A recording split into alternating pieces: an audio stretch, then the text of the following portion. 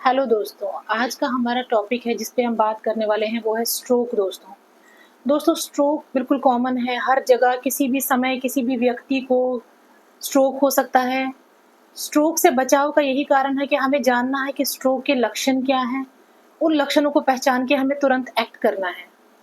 तो दोस्तों स्ट्रोक के जो लक्षण हैं वो ये है कि हमें देखना है कि यदि उस व्यक्ति के चेहरा लटक रहा है या उसके हाथ या पैर में अचानक से कमजोरी आ गई है, अचानक से उसे दिखना बंद हो गया है या धुंधला दिखाई दे रहा है या अचानक से उसे दो-दो दिखाई दे रहे हैं, अचानक से सर में दर्द हो जाना, उल्टी आ जाना या बैलेंस बिगड़ जाना अचानक से। तो दोस्तों ये जो लक्षण हैं, ये स्ट्रोक के लक्षण हो सकते हैं। यदि आप किसी भी व्यक्ति में इस तरह के लक्षण पाते हैं, तो आपको तुरंत एक्ट करना है। इसका एक एक्रोनियम है fast, facial drooping, arm weakness, speech difficulties and time.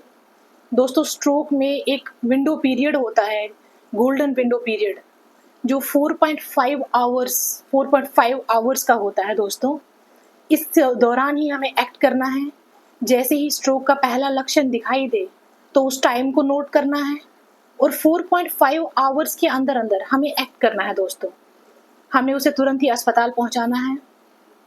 और दोस्तों अस्पताल में अक्सर मरीज पूछते हैं कि डॉक्टर साहब पहली इन्वेस्टिगेशन स्ट्रोक में क्या कराएं, सीधा एमआरआई क्यों नहीं कराएं। पर दोस्तों स्ट्रोक में जो फर्स्ट इन्वेस्टिगेशन होती है, जो कराई जाती है अस्पताल पहुंच के, वो सीटी स्कैन होता है दोस्तों।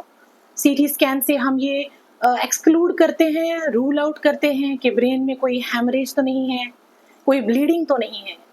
और यदि ऐसा नहीं है तो ही आगे उसका ट्रीटमेंट आगे प्रोसेस होता है दोस्तों। इसमें थ्रोम्बोलिसिस जो है आगे होता है। तो दोस्तों हमें स्ट्रोक के लक्षणों को पहचानना है, तुरंत से तुरंत एक्ट करना है। याद रखिए कि 4.5 आवर्स का गोल्डन विंडो पीरियड है, जिसके अंदर अंदर उसका सीटी स्कैन, उसका थ्रोम्बोलिसिस जो है वो उसका करने का कोशिश करना है दोस्तों। तो दोस्तों स्ट्रोक के बारे में ये बातें जानकर हम किसी की भी मूल्यवान ज़िंदगी बचा सकते हैं, उसे जीवन भर के लिए अपाहिज होने से बचा सकते हैं। थैंक यू दोस्तों।